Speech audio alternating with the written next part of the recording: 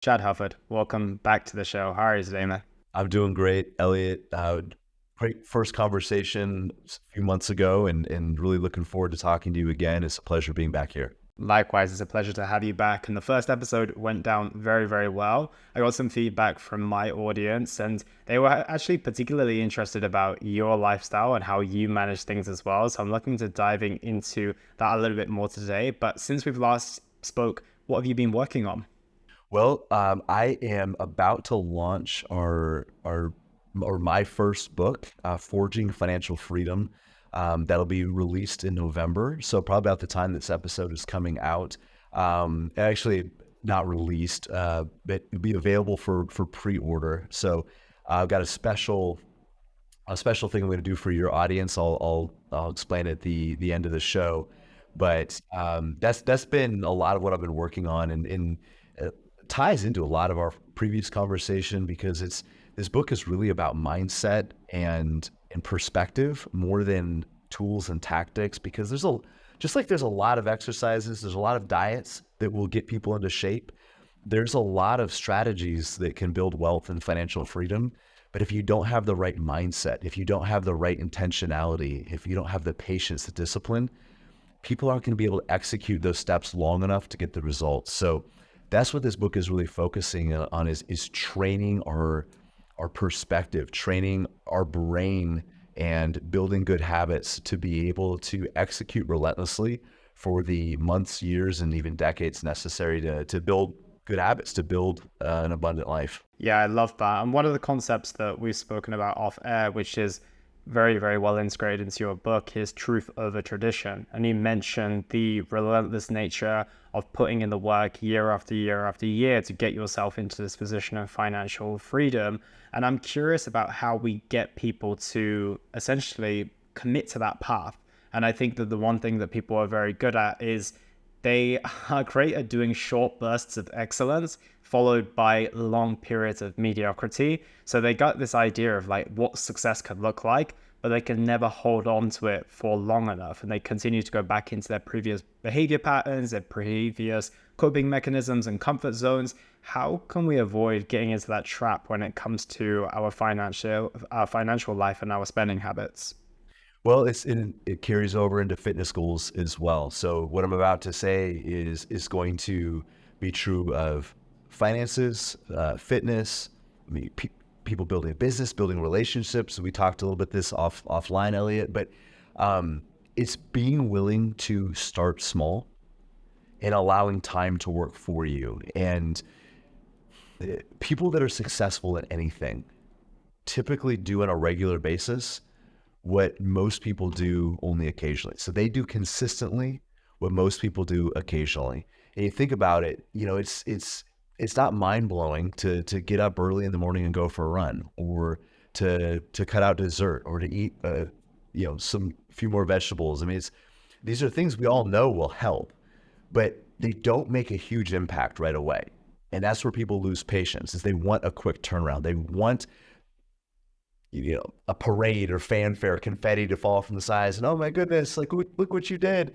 And that'd be great. Like that'd be awesome. Every time I made a good health decision, if a band played and orchestra played and celebrated that, but it doesn't happen. So we need to be willing to celebrate those small victories, those small wins, and start stringing those together. Because one day of saving money, one day of paying off debt, one day of eating healthy, one day of exercising isn't going to change your life. Skipping one day of those things isn't going to destroy your life, but the impact happens when you start stringing a lot of those days together. And when an action and a decision turns into a habit, that's when the trajectory of your life changes, either for the good or for the negative. So being willing to start small, and also looking for small negative habits, because the opposite is also true. So you can build a lot of wealth saving just a few dollars a day. You can build a great physique making just small changes in your diet. But the opposite is also true. If you give up a little ground, if you add in some bad habits, you can undo a great physique. You can undo great health habits. You can undo wealth. So it's those little things that add up over time. either work for you or against you. Yeah, and something that kind of that brings me on to is the path less traveled. And I remember when I did more work in the gym as a personal trainer, and I would countlessly and easily get in my own physical training sessions on a day-to-day basis. It was pretty much no effort at all. My environment led to that, but also I had the community of 13 to 15 other personal trainers who at some point during their day were going to go put in a workout as well. However, now that I'm an online coach and I'm pretty much left to my own devices, I don't have that same level of environment. There's a little bit more accountability on myself. It isn't as easy as it was. And I remember my clients used to come in and they were like, Leah, it's easy for you. You just go downstairs. You've got a ton of people wanting to train with you. And I was like, okay, like I get your point here because of a lot of people aren't encouraged by their community and their surroundings as well. And I can imagine that is quite often the case with our finances too, right? Like a lot of people are generally making reckless decisions with their money. And it's not spoken about either. Like it's the same with the health and fitness too. Like no one really says, maybe they do say, we should be getting this cookie or this cake or whatever, but everyone's happy to plan the meal out at the restaurant that they know isn't going to be full of healthy decisions. And it's the same as people's finances as well. So how much does our community and our surroundings play a role in us staying on the path that we know is going to lead us to success, but ultimately isn't the path that a lot of our peers and our friends and our family are on with us? Great question and great perspective there. So you talk about managing our environment. It's really hard to manage habits and behavior if we aren't managing our environment. We might, kind of what you already alluded to, like we start doing the right thing for a little while, but we don't keep up with it. So in order to sustain good long-term behavior, we have to have a supportive environment. That's our physical environment. So if you're trying to eat healthy, no, you shouldn't have, Skittles and potato chips and all that sitting over here. If Linda has a desk at work that always has donuts sitting on top of it, probably don't walk by Linda's desk on your way to the bathroom. Take a different route. Like we have to manage our physical environments and our communities as well. Like if you're trying to get fit, this sounds really bad, but hanging out with unhealthy people all the time is not going to help. They're going to pull you down the wrong path. If you're trying to build wealth, quit hanging out with broke people. It's amazing how many people take wealth building advice from people who are broke. It boggles my mind. And again, same thing, just threw my pen across the room. Same thing goes in fitness as well. We take advice from people who are like us rather than from the people who we want to become. Or another way of looking at that is we follow what everybody else is doing, but we expect results that are rare and unique. So we have to be willing to break tradition and follow truth. And really what it is, it's daring to be different. So if I want results that other people aren't getting, I have to be willing to do the things that other people aren't doing. And it can be lonely. And that's to your point about community. Like you've got to find like-minded people because it's hard when it feels like you're the only one doing it and you're making these sacrifices, you're making these intentional decisions. Everybody else is enjoying pleasure in the moment. You're trying to pursue purpose in the future, but it doesn't take a huge community. It just takes a few people like-minded around you to help you re-engineer your environment or encourage you, give you that dose of discipline and perseverance when you feel like giving in. But yeah, managing environment is huge. Again, both physical environment, but also relational environments. And just think of it from a financial standpoint.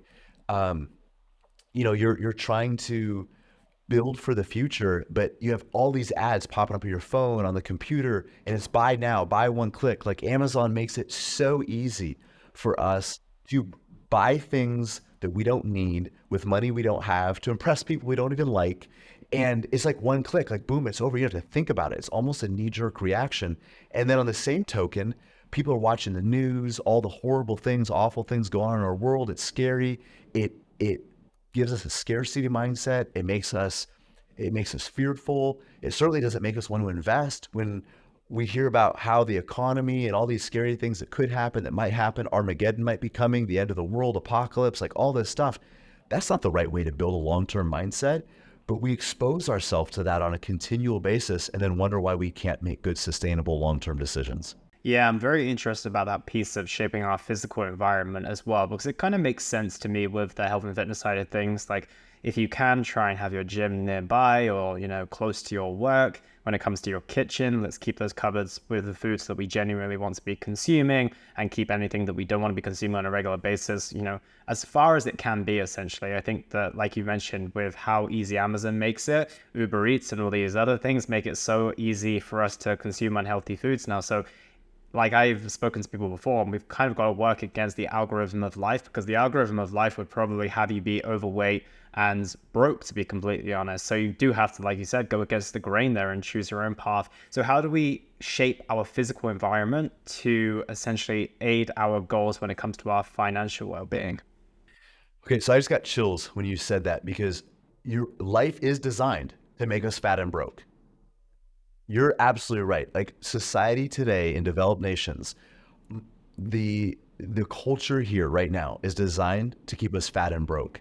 And we have to be willing to fight against that. So yeah, number one is just that willingness to be different. Like I said, dare to be different. But making healthy habits easier and making harmful habits harder is essential. So, maybe that's erasing your credit card information from your web browser, which not only protects you from a financial standpoint, people like hacking your information, but also protects you from you, not just from people phishing and trying to get your credit card info, but it makes it harder for you to spend that money impulsively. Um, maybe even locking your credit cards in a safe. So you have to go in there. You still have access, but you have to go in there. You don't keep them with you every time you leave the house. And maybe you leave a certain amount of money in cash or in your Apple Wallet or something like that, so you can spend a little bit. But it makes it harder to do those impulse buys. Reducing your credit limit. There's going to be some people like, what? You reduce your credit limit? That's going to hurt your credit score. All a credit score does is help you get in more debt easier. So a credit score is not our goal here, right? Um, it's financial independence, and eventually getting to a point where you don't need a credit score at all because you're not never going to need to borrow money again. But if you reduce, let's say you got a credit card with a $10,000 limit, you reduce it to 1,500. You might have to gradually pay that off even throughout the month. And it confines you to stay within some guidelines, some guardrails, like a diet does. A diet doesn't tell you you can't ever enjoy food. It just says, hey, you got to keep it within these guardrails so you don't go off the path. A budget does the same thing. A budget tells your money where to go, so you don't have to wonder where it went. Just like a meal plan tells you what you're going to eat, so you're not reacting impulsively to what's around you. Elliot, I think we talked about this last time. I've got a Subway right over here. I've got a McDonald's right over here. Like, I'm surrounded by people making bad health decisions all day long. But I bring my meals to work. Actually, today I'm fasting, but most days I bring my meals to work and I make them the night before. My wife helps me, and I've already decided. I've already decided on Wednesday what I'm going to eat Thursday. I've decided on Thursday what I'm going to eat Friday. Does it mean I can't break my diet? No, but I've decided in advance what I'm going to do. I've smoothed out the easy path, or not the easy path. I've smoothed out the healthy path by making those meals, setting it aside. And by not having a credit card with me, I make the difficult path harder. I have to go into my car, into my gym bag, get my credit card, and then I can walk across the street and buy Subway. I'm not going to do that. It's too many steps. So anytime you can eliminate steps towards the bad habit, like I said, clear your credit card history. You have to go find your purse, find your wallet, get your credit card, type it in. That might all seem insignificant, but what it does, it slows you down long enough, just long enough for the prefrontal cortex, that's the logic reasoning part of our brain, to catch up with the emotional part of our brain. So Amazon, and that's not just Amazon, but we can pick on them here. Amazon has made it easier for us to make emotional impulse buys. And if you look at functional MRI scans of people who are in a heightened emotional sense or heightened emotional state, the blood flow and the activity in the reasoning part of the brain actually goes down. So by adding in steps, it allows us to have the thinking part of our brain catch up to the emotional part of our brain and hopefully slow us down a little bit. Another thing we can do is automate good decisions. So if I have to wake up at the beginning of every month and decide I'm going to fund my investments, I'm going to put money into my IRA or my mutual funds or whatever, I have to make that decision every single month. If you can automate that, where it comes out of your checking account and goes just like your mortgage payment or something, it goes into those funds automatically. Or if you have an employer plan at work where your employer can take money out of your paycheck and put it into an account before you even get it, you don't have a chance to spend it. And you've made that decision once. You don't have to make it every paycheck. It happens automatically. So we want to make harder things a little bit easier to do. It'll never be easy to save for the future. It'll never be easy to pay off debt. Never be easy to wake up in the morning and go exercise. But if we can make that healthy thing a little bit easier and make those bad decisions a little bit harder, we can start creating a lot better habits and sustainable change. Because like we already talked about, it doesn't change your life in one day.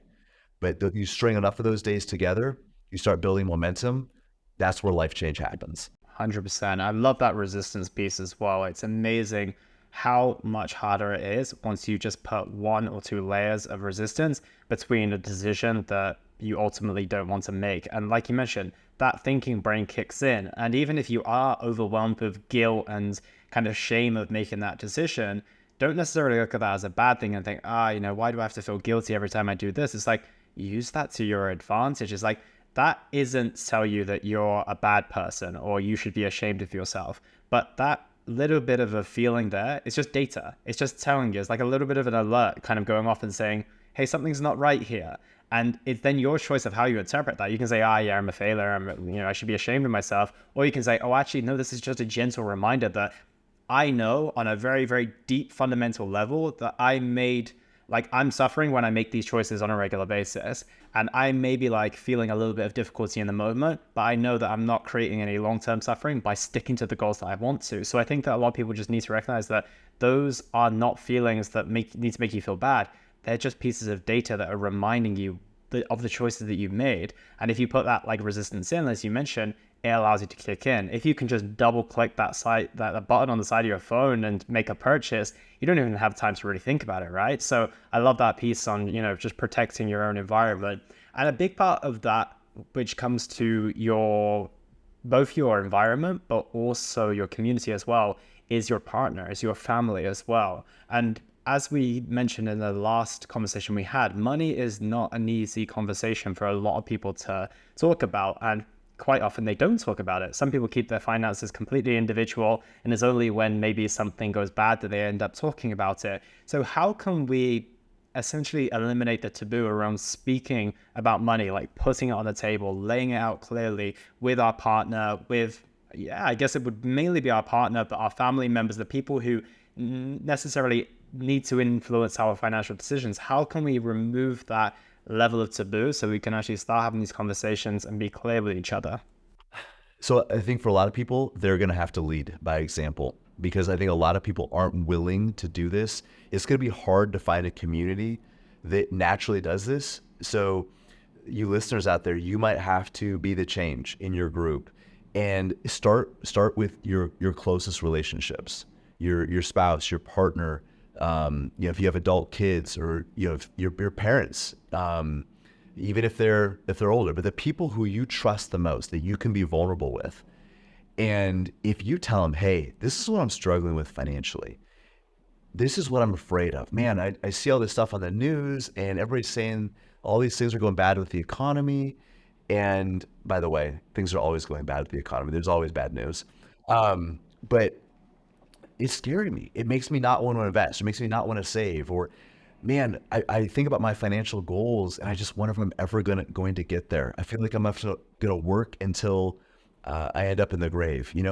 If you start sharing those things with your closest friends, your closest confidants, you'll be surprised how many of those people are going to be like, me too. I feel you. I'm scared of the same thing. And but you have to lead. You have to start first. And again, don't do this with acquaintances. Don't do this with people who are insecure around you.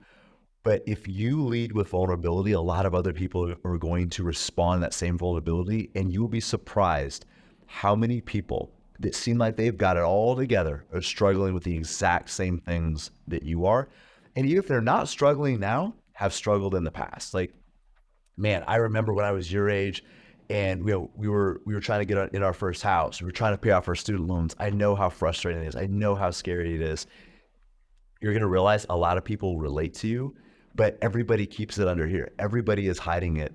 And if one person can step forward and say, here's this junk, here's this stuff that I'm struggling with, they're going to show you their cards too. Be like, you know what? Look, I've got the same stuff, you know? But it takes a lot of courage to start that process. And when you find those handful of people that you can relate to and share that stuff with, it's gold. Like, those are the people that become accountability partners. They become your encouragers. They become your cheerleaders.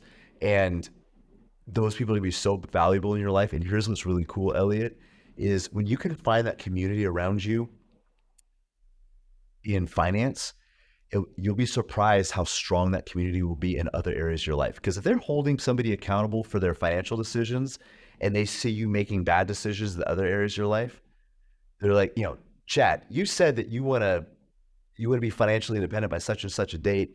But I just saw you take a huge loan to buy a boat that you don't even use or something like that. Like, that doesn't make sense. They're going to call you out on other things too. Like, I just noticed the way that you were talking to your wife. Like, that's not in alignment with the person you said you want to become. Or, Chad, you got ice cream and cheesecake dribbling down your chin. Like, what are you doing here? You're not making decisions for the person that you said you want to be. And it's so important to have those people in our life. And I think with like social media and screens, like, we can distance ourselves from people and relationships and create this facade, but letting some people in, seeing the real you, is absolutely crucial and critical. And one thing I do want to say too, just, you talked about kind of the guilt and the shame people can feel, and encouraging them to push past that. So number one, I want to say everybody's feeling those same things. Everybody's tempted by the same things you're tempted. It doesn't make you a bad person. It makes you human. But just like a car, like if you get a brand new car, you turn on all the sensors. It's like driving a pinball machine. There's lights, there's alarms, things are buzzing, blaring. Like, it's distracting. But all those things are alarm bells, and some of them probably are too much. But when you're tempted to make a bad decision, don't beat yourself up like I'm this type of person. It's just, no, I'm human. And let that be an alarm bell. I just pull up my phone to buy something I don't need, and I've got a few other steps that I need to do because I disconnected my credit card, and I start feeling guilty. I'm like, nope, that's an alarm bell. It's like that buzzer on your car. If you get too close to the person in front of you, it doesn't mean you're a bad driver. Your car just let you know, here's the alarm. You're in dangerous territory right now. Let's pay extra close attention. So if you guys can set up those alarm bells in your life, it's not because you're a bad manager of finance. It's not because you're unhealthy. We need to change our identity. So, like, we're not fat people trying to get fit. We might be people who are genuinely committed to our long-term health that struggle with our eating habits, or that struggle to work out. You don't look at yourself as, I'm broke, I'm bad with money. Look at yourself as, I'm somebody who values freedom and wants to build a life of financial independence, but I struggle with spending habits, or I struggle to invest, or I don't stay focused, or I struggle with staying focused. But all these things you talk about, Elliot, they're normal and common human obstacles.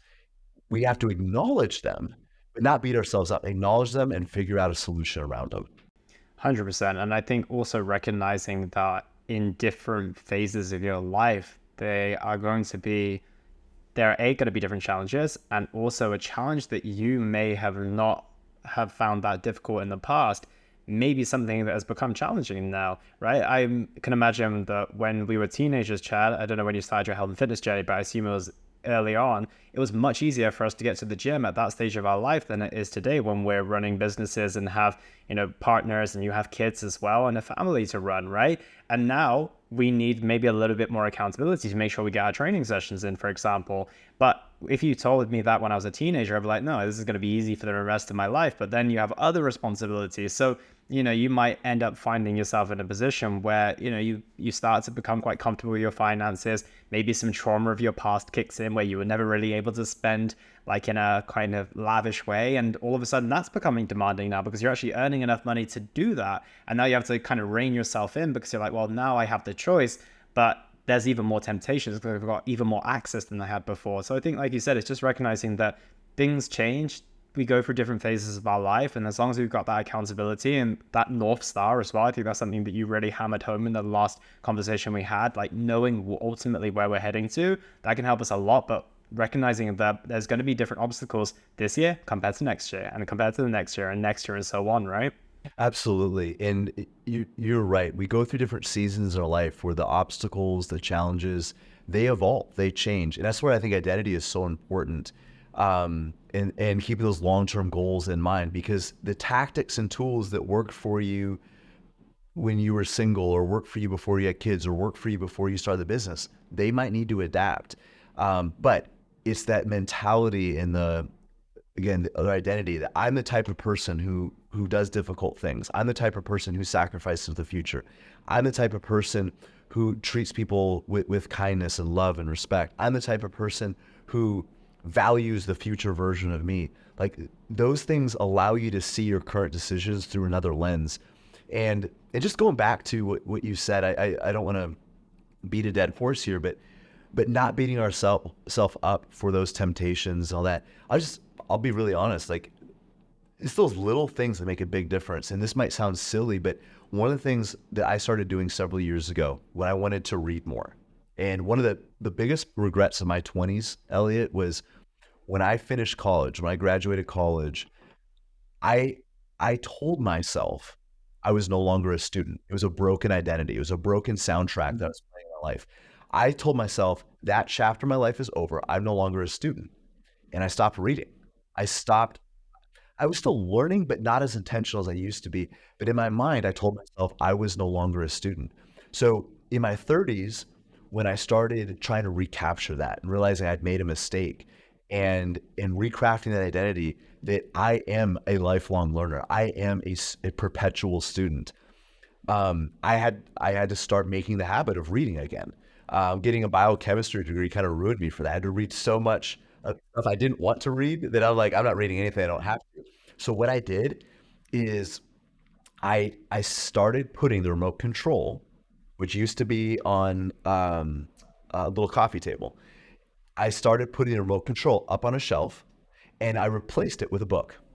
Now, you'd be surprised. This seems so silly. Like, all I have to do is walk across the room.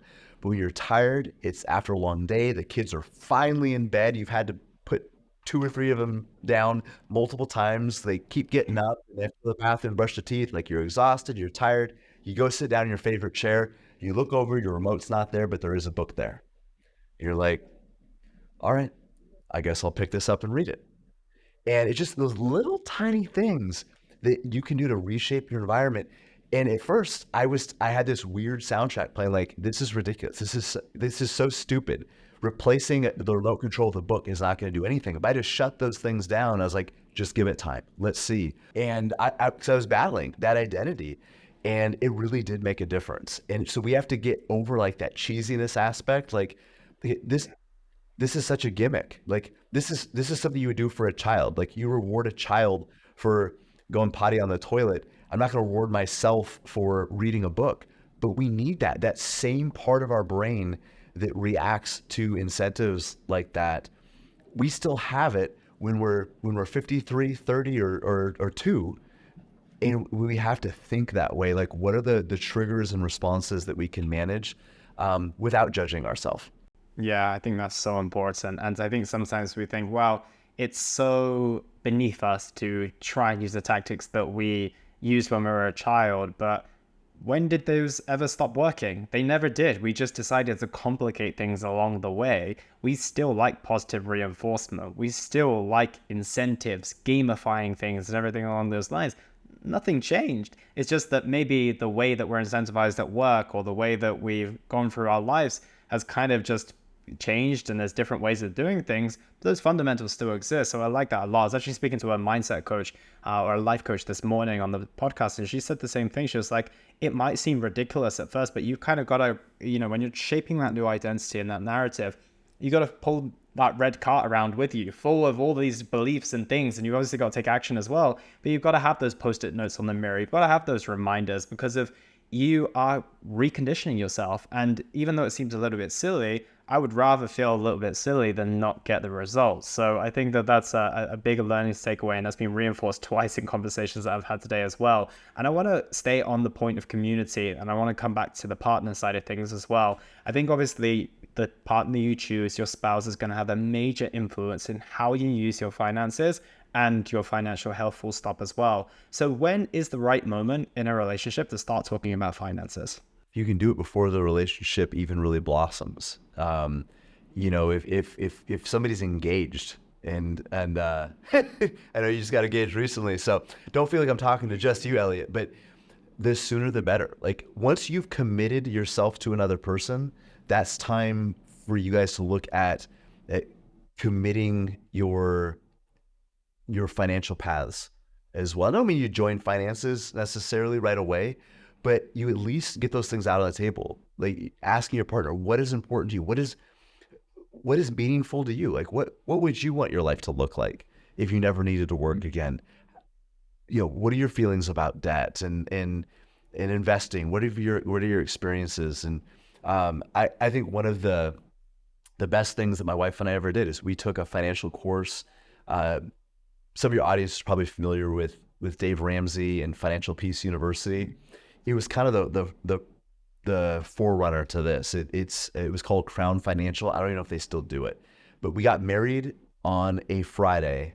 The following Saturday, we got married on Friday. The following week, 1 week later, we started this course, and we joked that first year of marriage, we fought about everything but finances.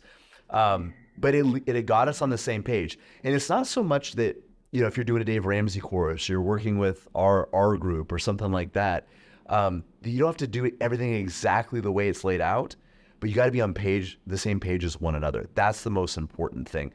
Even if you're taking 90% of somebody's tactics and strategies, but you agree on that 90, that's way better than one person at 100%, one person 80. Just think of, like, if a couple is trying to eat better, and let's say they decide to do like keto, or they're doing like a paleo thing, or vegan, or whatever, it doesn't matter. It's better that they do it maybe 90% of the way and maybe have a couple cheat meals in there, but they're doing it together, rather than one person's doing the carnivore diet and one person's doing the vegan diet, and they're constantly butting heads, and they're pulling against each other, right? Rather than pushing for each other. So to people that are already in relationship, start now.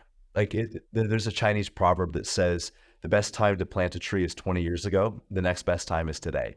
So if you're in a relationship, you're in a marriage, and you haven't talked about it, this has been kind of a black box, a taboo subject, start small. You're not going to sit down and have like a 2-hour marathon conversation where you have all your bills laid out. You're going to create a budget from scratch. Just start small. Like, what would a win look like if we talked about our savings for the next, or financial goals for the next year for 10 minutes? That's a huge, like, what vacations are important to us? Let's start planning those in advance. Or let's organize our debts. Just 10 minutes. We'll start a timer. After 10 minutes, we stop. We can only talk about it for 10 minutes. What it does is it allows you to have a sense of finality, because finances are never fixed. Just like your diet is never perfect, but if you give yourself a stopping point, it's easier to start. Like, if you're trying to clean out your garage, you're like, oh my goodness, this is so overwhelming.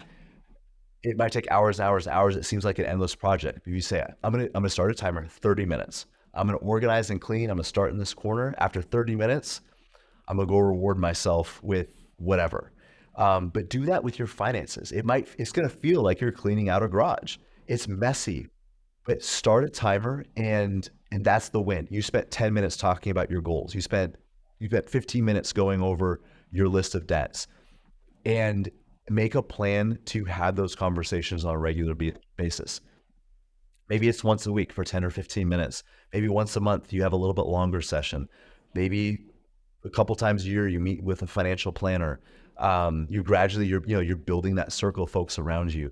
But having those conversations, making sure that you're on the same page as your partner, and that you can at least come to common ground on disagreements.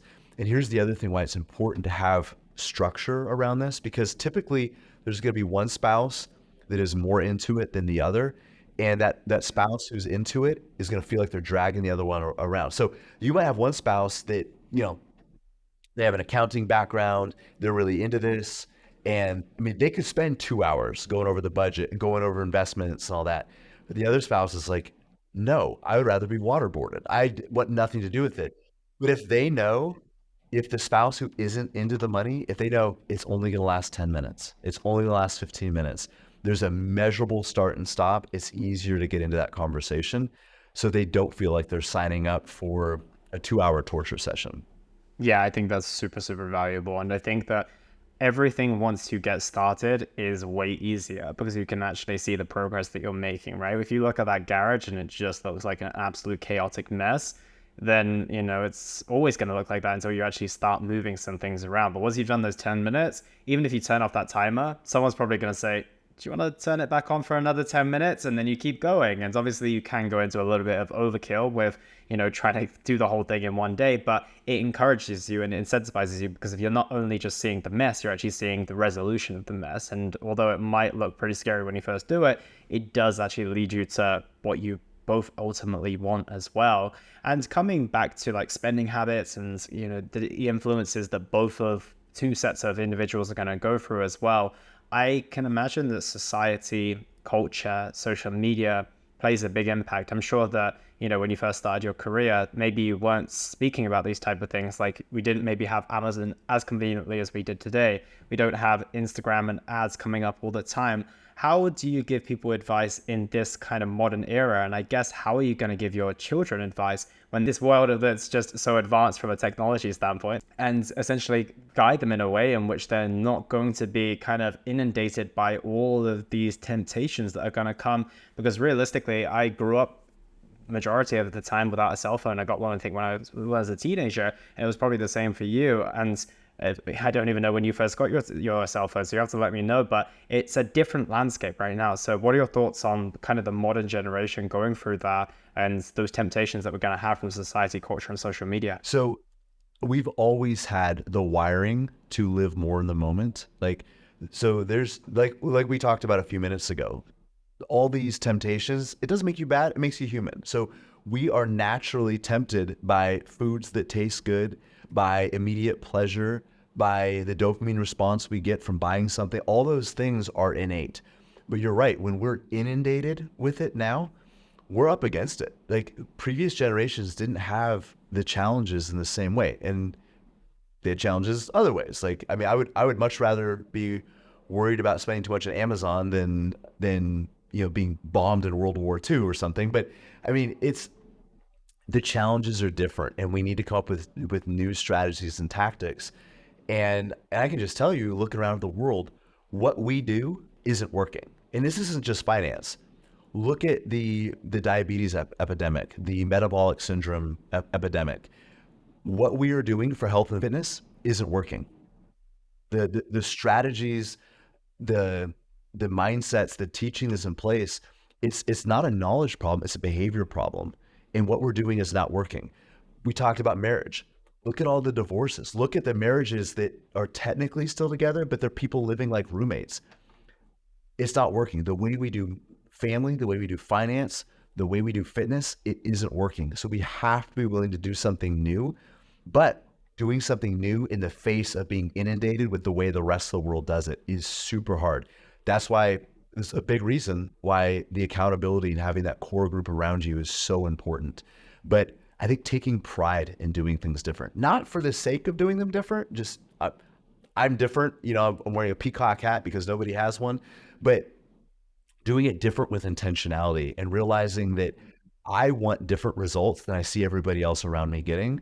So I have to be willing to accept a different pathway, which means probably limiting my exposure to all those things. We talk about alarms, but setting alarms or timers on your phone when you've reached a certain limit, like only allowing yourself maybe certain times a day to look at Instagram, to look at Facebook. Some of you people are watching this on Instagram, right? And thinking, what? He's telling us to get off here?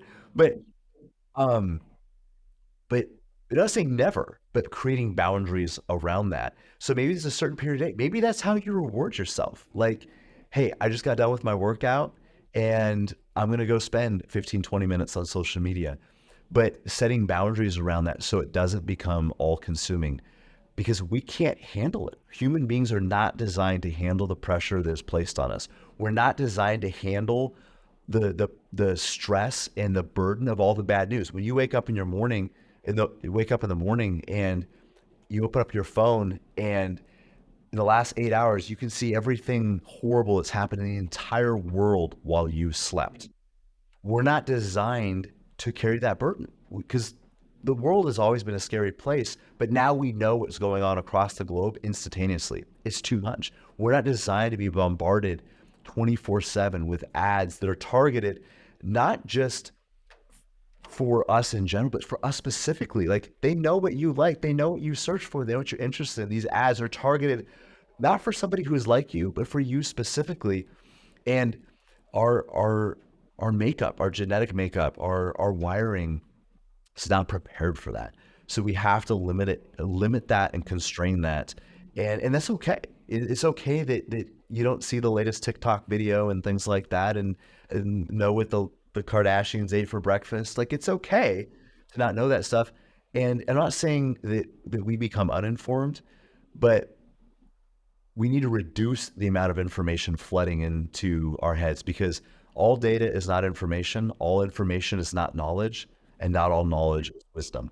So we need to be seeking out the right information, not just getting in as much input as we possibly can, because most of it is misinformation. And I would rather be uninformed than misinformed, but there's a happy medium where we can be informed on the right things rather than being bludgeoned by this constant force of misinformation, doom and gloom, keeping up with the Joneses, comparing our lives to others we shouldn't be comparing to.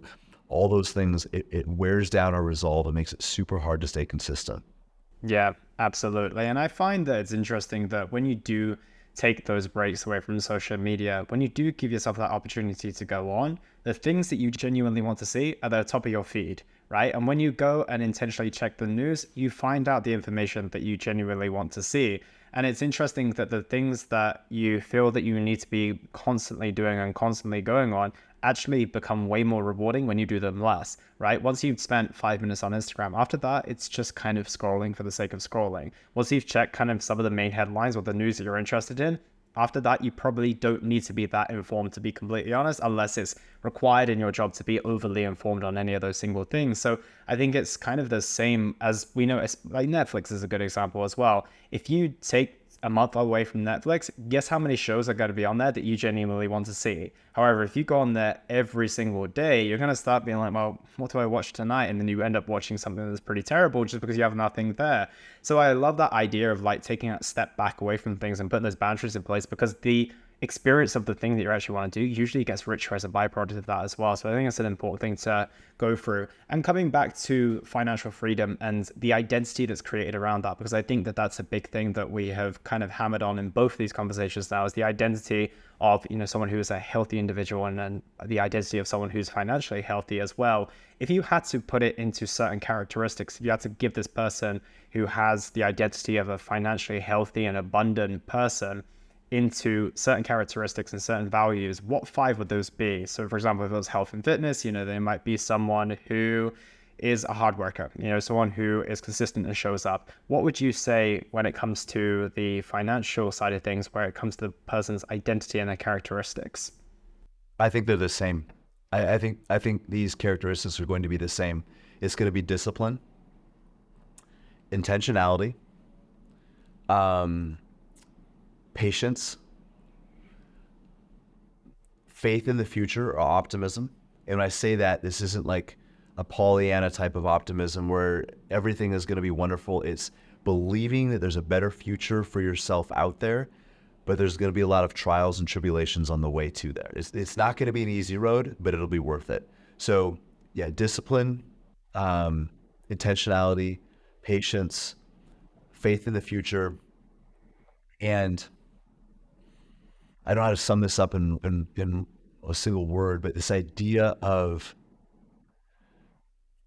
I think, a willingness to sacrifice, of being willingness to embrace the uncomfortable, embrace the discomfort, and almost wearing that as a badge of honor. Not in like a, a martyrdom situation where, there's people, I'm sure we all know them, who, they have to tell you, oh, I'm fasting today, or they tell you about their horrible workout this morning and all the sacrifices. I'm not saying but wearing it as a badge of honor that I'm the type of person who is willing to do hard things to make a better future. So I think those characteristics, they're across the board. They're in fitness, they're in finances, they're in building a business, they're in building better relationships. But those are the crucial characteristics that I think people can build their identity around. And in fact, I just had somebody talking. She was a CFO, retired chief financial officer, and she's trying to turn her health stuff around. She's just like, I wish I had more discipline. And I was like, you were a CFO. You have a tremendous amount of discipline. But the story she was telling herself is, I don't have discipline in this area. I said, okay, you are a disciplined person. You just don't have those habits yet. You don't have those processes built in your exercise and your diet. You are disciplined. But she had created this broken soundtrack, this false narrative.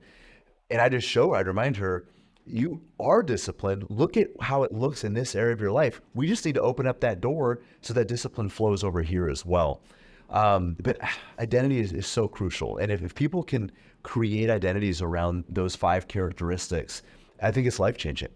Yeah, absolutely. And something that comes to my mind, and you've obviously nailed a lot of these things when it comes to your health and fitness and your finances as well. And something we discussed in our last conversation was your kind of Sunday fun day, where you kind of just let loose on whatever food that you want to with the family, right? Do you ever have that concept applied to your finances as well? Yes. Yeah, we have planned splurges, right? Where we plan them out, we save for them in advance, whether there's a major purchase, maybe a big vacation, where it doesn't make a lot of financial sense, but we plan it in advance so it's not impulsive. And that's the huge thing with Sunday Fun Day. There's a huge difference between somebody saying like, hey, I've got a big event, a birthday, whatever coming up. I'm going to have some cake and ice cream. I'll have some pizza. I'm going to have a beer, whatever. You can enjoy the anticipation up to that and then enjoy the moment so much more. It's way different than somebody showing up at a party and they're wrestling with the decision and they give in.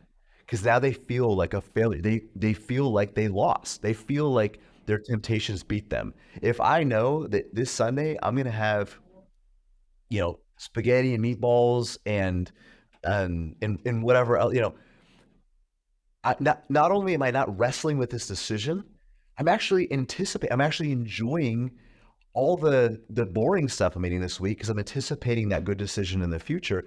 And when I do enjoy it, there's no guilt. I already made a decision. This is okay. This is what I'm going to do. I'm going to enjoy it. There's no guilt.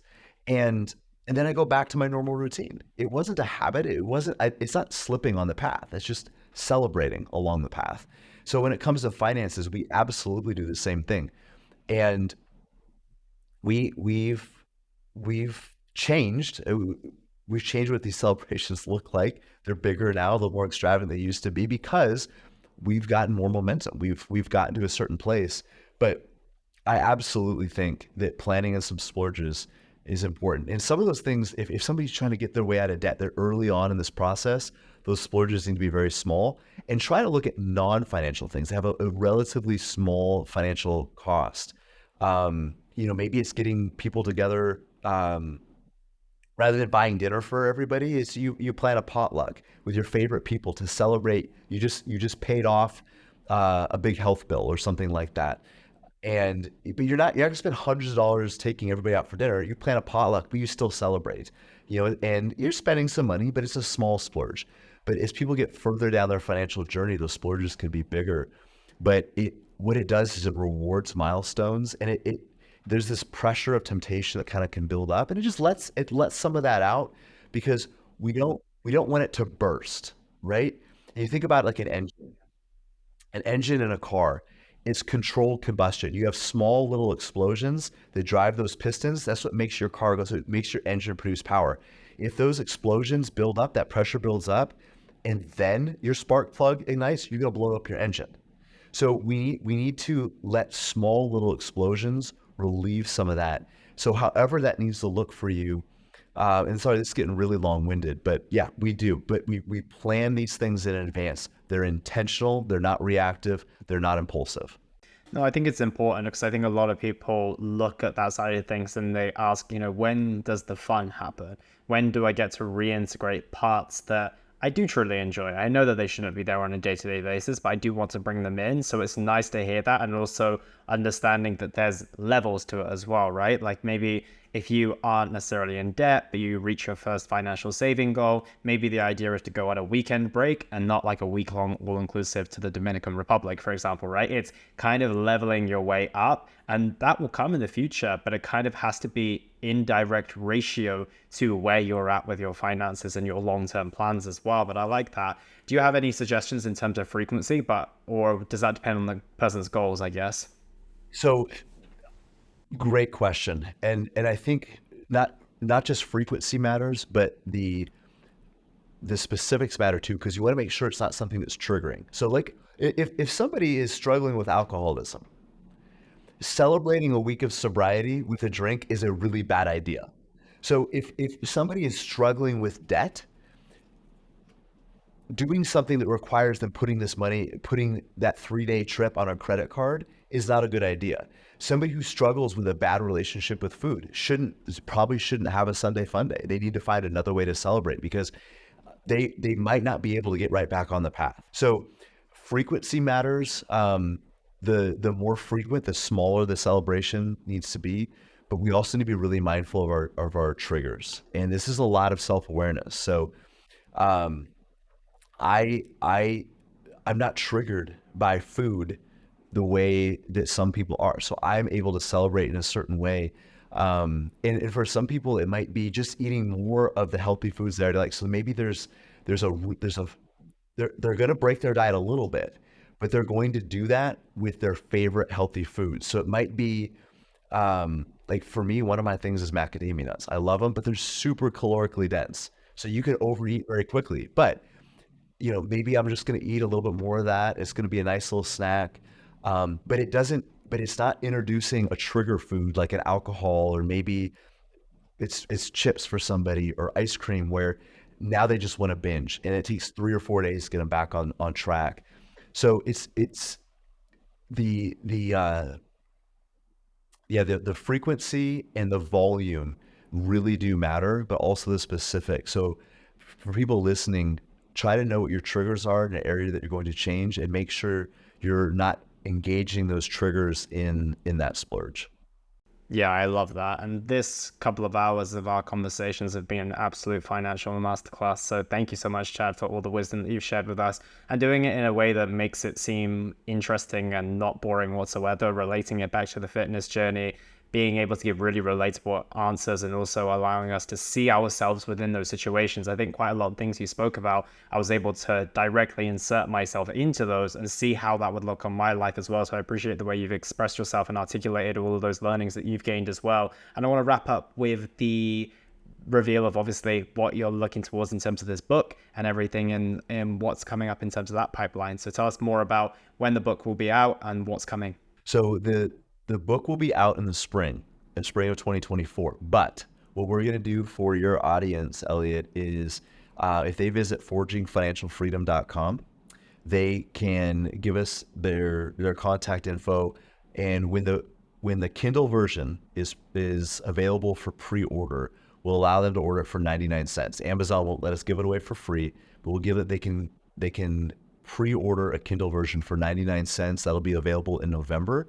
So if they visit forgingfinancialfreedom.com, give us your contact info, and we'll make sure that you guys have the opportunity to get that book for basically free.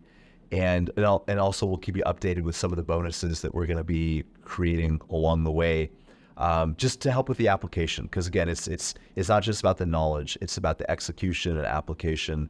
And you're going to find that a lot of the principles that we talked about right here, we expand more in the book and talk about how to apply those to everyday life. Amazing. Chad, it's always a pleasure. Thank you so much for your time today, buddy. Hey, thank you so much. It's, again, an honor to be here and really enjoyed our time once again. No surprise. Thank you, Chad. Appreciate it. Hey, thank you.